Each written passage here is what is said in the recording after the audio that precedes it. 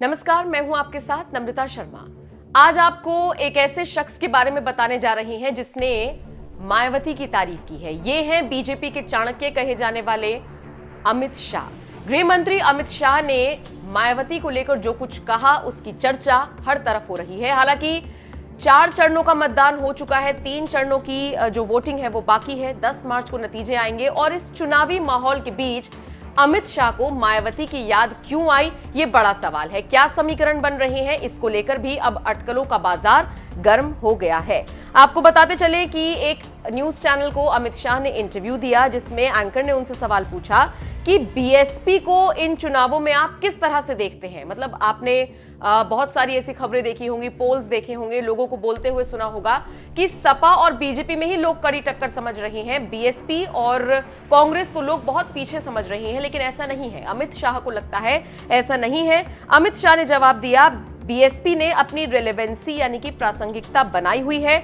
मैं मानता हूं कि उनको वोट आएंगे, सीट में कितना कन्वर्ट होगा वो पता नहीं, लेकिन वोट जरूर आएंगे।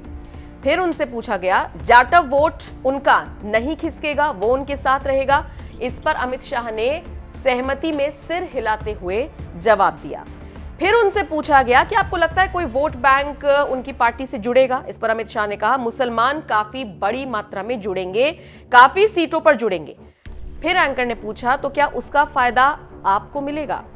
तो अमित शाह ने कहा, फायदा नुकसान ऐसे नहीं होता, वो सीट स्पेसिफिक होती है। राजनीति में इस तरह के आंकलन नहीं होते, लेकिन बीएसपी की रेलेवेंसी खत्म हो गई है, ये कहना ठीक नहीं होगा। कुल मिलाकर जिस तरीके से अमित शाह ने मुसलमानों को लेकर बात की है, मुस्लिम वोटर्स के लिए उन्होंने कहा है कि बीएसपी के साथ वो जुड़ेंगे, इस पूरे बयान ने मुस्लिमों को कहीं ना कहीं कंफ्यूज कर दिया है कि आखिर चुनावों के बाद क्या समीकरण बन सकते हैं।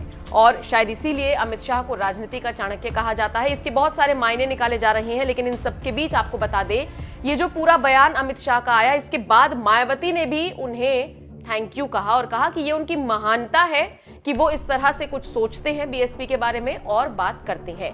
कुल मिलाकर देखा जाए तो 10 मार्च को जो नतीजे आएंगे, खासकर उत्तर प्रदेश के, वो बेहद दिलचस्प होने वाले हैं। और चुनाव भले ही 5 राज्यों में हो रहे हों, लेकिन पूरी जो जनता है, देश की जनता है, उसकी नजरें खासकर यूपी पर टिकी हुई हैं। देखना होगा यूपी में सत्ता में कौन काबिज होने में कामयाब होता है। अमित शाह ने मायावती की जिस तरीके से तारीफ की और मायावती ने पलटते हुए उन्हें थैंक यू कहा, इस पूरी खबर को लेकर आप क्या राय रखते हैं? कमेंट बॉक्स में अपनी राय हमें जरूर